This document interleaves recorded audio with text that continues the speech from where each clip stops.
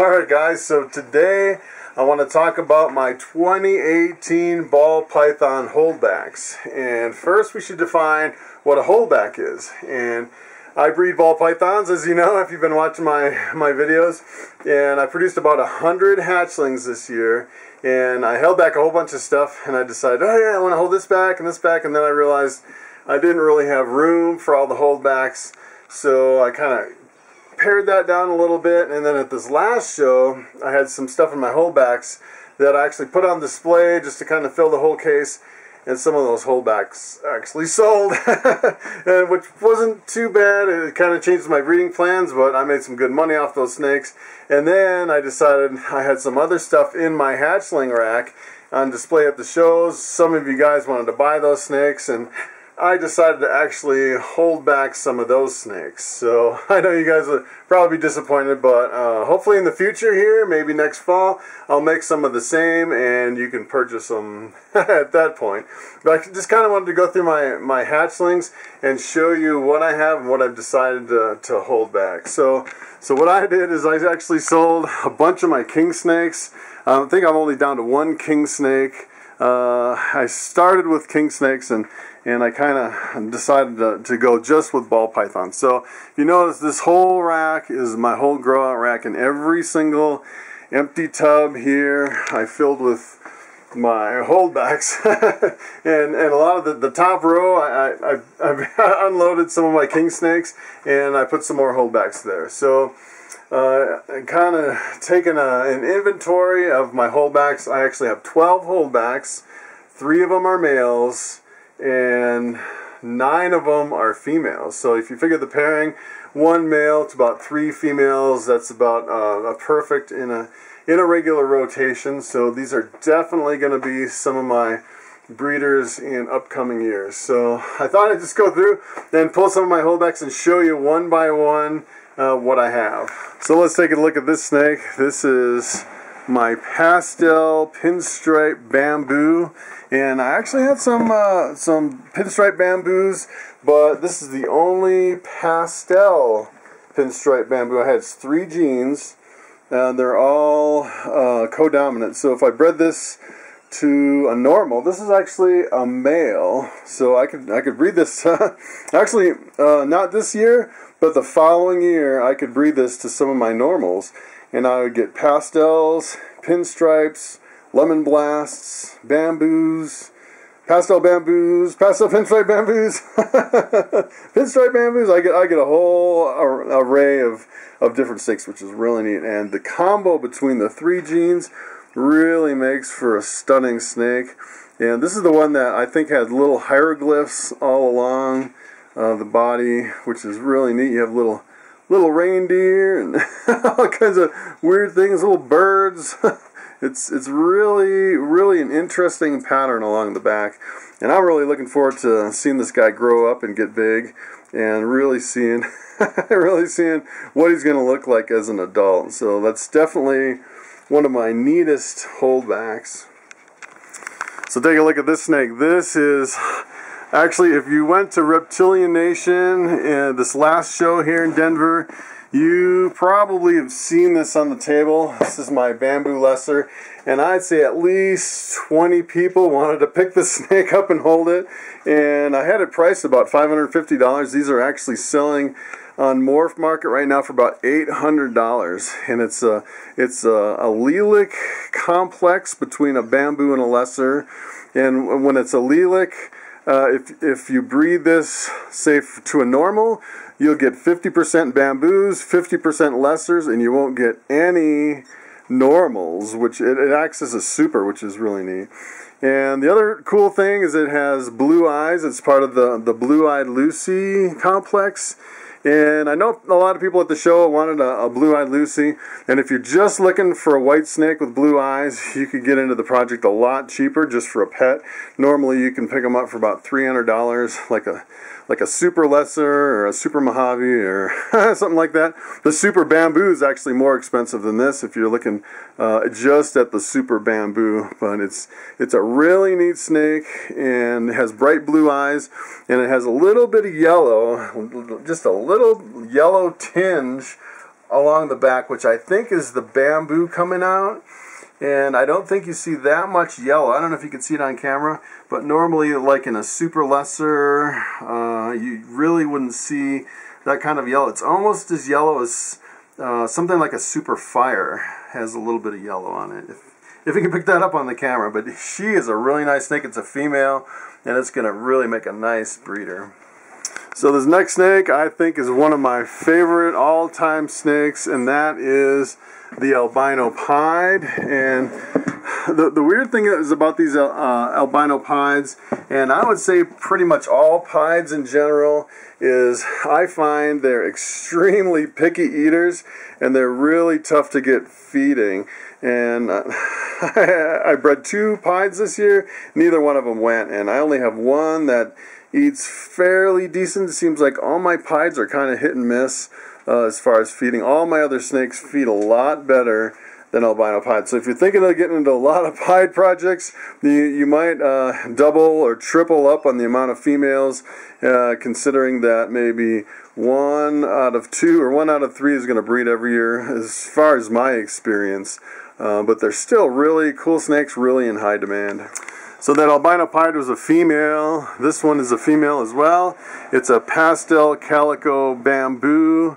I had another calico bamboo, but I didn't have one with the pastel. This is the only one with the pastel, and the pastel just really makes it pop. It's one of the most incredible combinations that I've ever seen.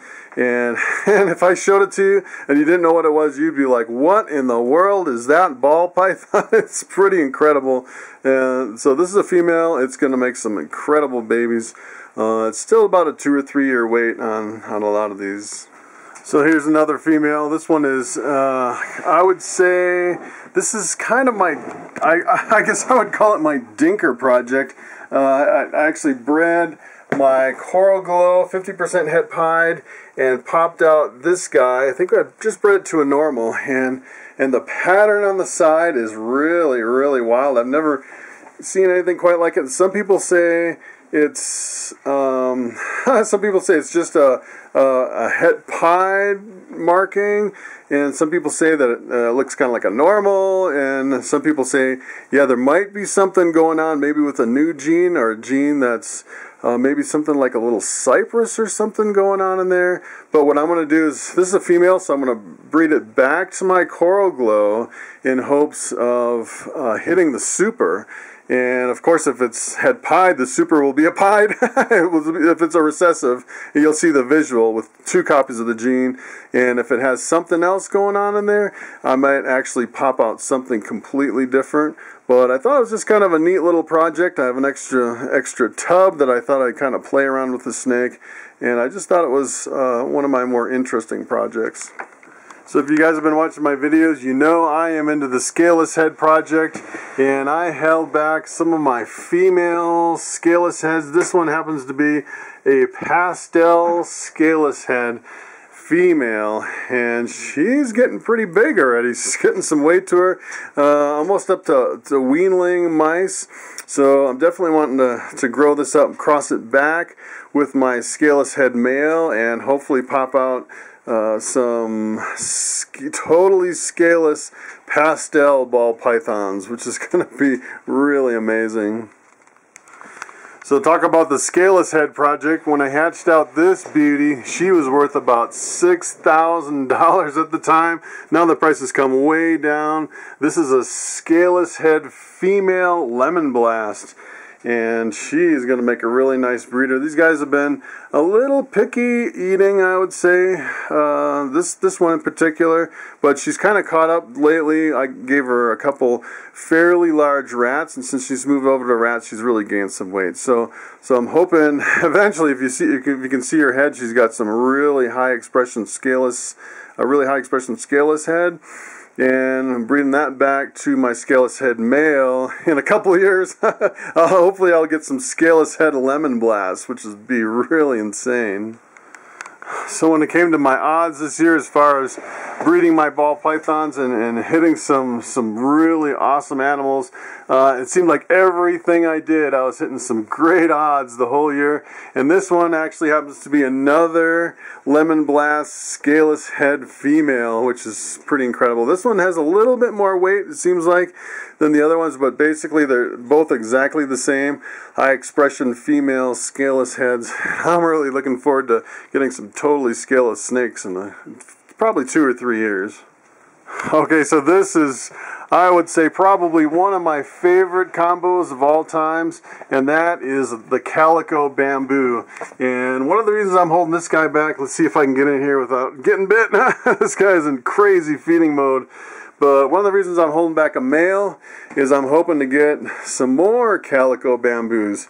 So I could breed this to a normal or just about any female and potentially get more Calico Bamboos. And I think the combination between the Calico and the Bamboo is just absolutely incredible. Okay, I'm going to have to break out my step stool for this because it is on the top level.